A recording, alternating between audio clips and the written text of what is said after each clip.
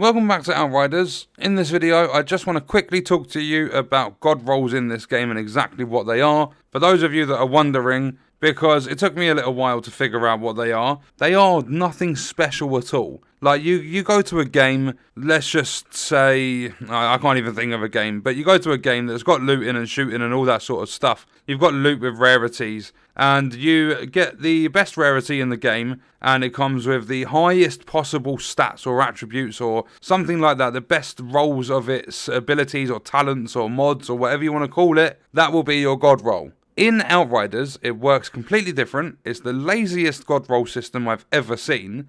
Before we jump any further into this video, I would like to talk to you about the sponsor of this one, Raid Shadow Legends, the free-to-play RPG game that boasts hundreds of different playable characters known as champions, that is also available on both PC and mobile. This game is all about exploring the different dungeons that are available in a campaign where you can gain XP, PvP battles to show off your champions and their capabilities, and more.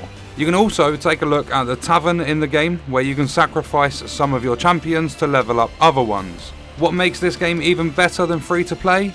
The fact that this month they are releasing a brand new update that is absolutely massive, featuring 11 new champions, almost 200 new missions, and they are even rewarding an exclusive legendary if you manage to finish all the missions. Alongside that, there are new levels to almost every single dungeon in the game.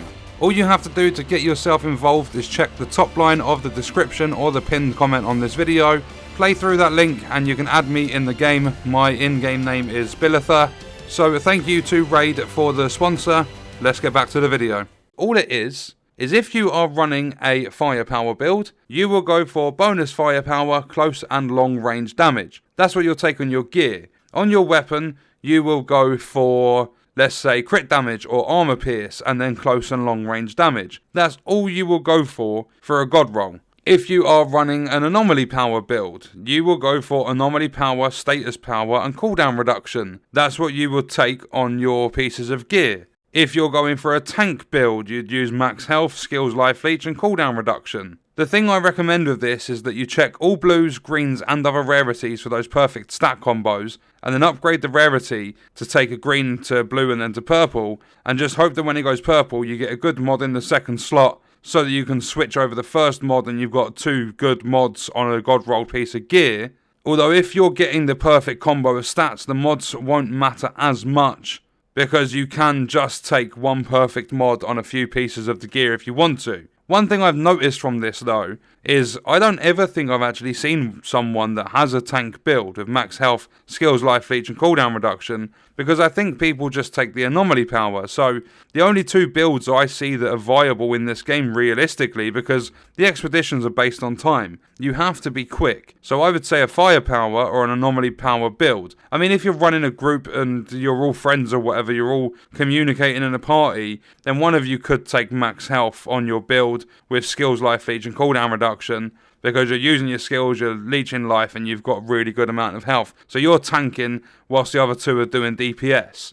But other than that, I find that your best bet is to have a firepower build or an anomaly power build, depending on your character class and how you've got your class tree set up. So it kind of takes away from the diversity, the variety, all that sort of stuff, because you are very limited to what you can actually run in this game to achieve. Like, if you're trying to push the expedition tiers, you are fairly limited to what you can run to actually do that efficiently. Like, there are a few different things in the game that will let you get through certain content, like certain tiers of expeditions, but mainly there are like these standout sort of builds that will progress much easier than others, and there are only a couple that will really power through the tiers. But what we're going to do is we're going to leave the video there. As I said, just a quick one to let you know about the god rolls. You're simply just looking for the perfect combo of your stats. You can't get any different, like, how would I say it, like there's no max value that changes on the attributes besides the level. So if you're level 49, your bonus firepower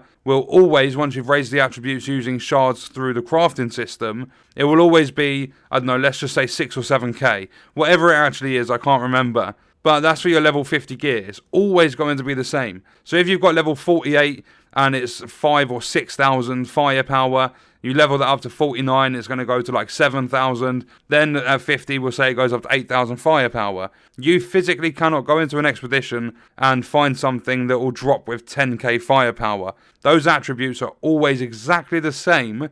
Besides, when you level them up, they will just basically increase their stats. That's it. So from level 49 to 50, you'll go from 6k firepower up to 7, or something like that. I don't know the exact numbers, but I'm just explaining that the only thing that will change is the level will increase the max of that stat, or the value of that stat. So it is a very lazy thing, because you can't go in and get gear that will be stronger than anything else, because literally most of my stuff has started off blue.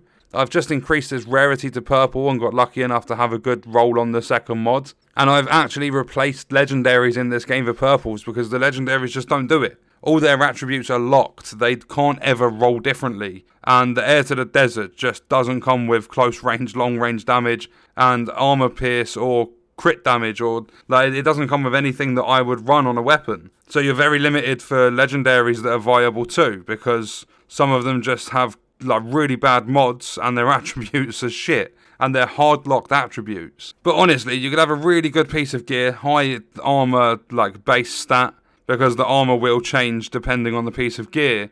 And then just as long as if you're going for a firepower build, trust me, it doesn't matter on the piece of gear you've got, whether it's really good. Get yourself any blue or purple that has bonus firepower, close and long range damage, and then just make sure it's got decent mods on it, and I guarantee you'll feel so much stronger.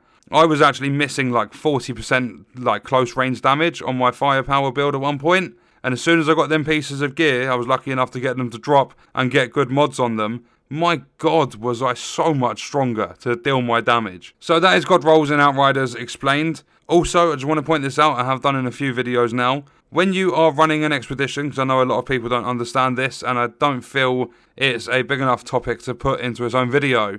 When you see the gold, silver and bronze times, you have a 2 times, 3 times and 4 times next to the crates. And basically that means if you're running tier 15, you get a gold time. It's 4 times, then you've got a 75% epic, 25% legendary. That basically means your first 4 drops that come out of the drop pod will have a 25% chance of being legendary. The rest of the stuff that comes out after is all a bonus reward, it's randomly rolled, and most of the time it is just blues and purples. So I rarely ever see legendaries come from that stuff. So I just thought I'd add that in as an extra tip, just to let you guys know that we're unaware. And on that note, we're going to leave the video there. Let me know your thoughts and stuff in the comments. I will see you in the next one. I hope you guys enjoyed it.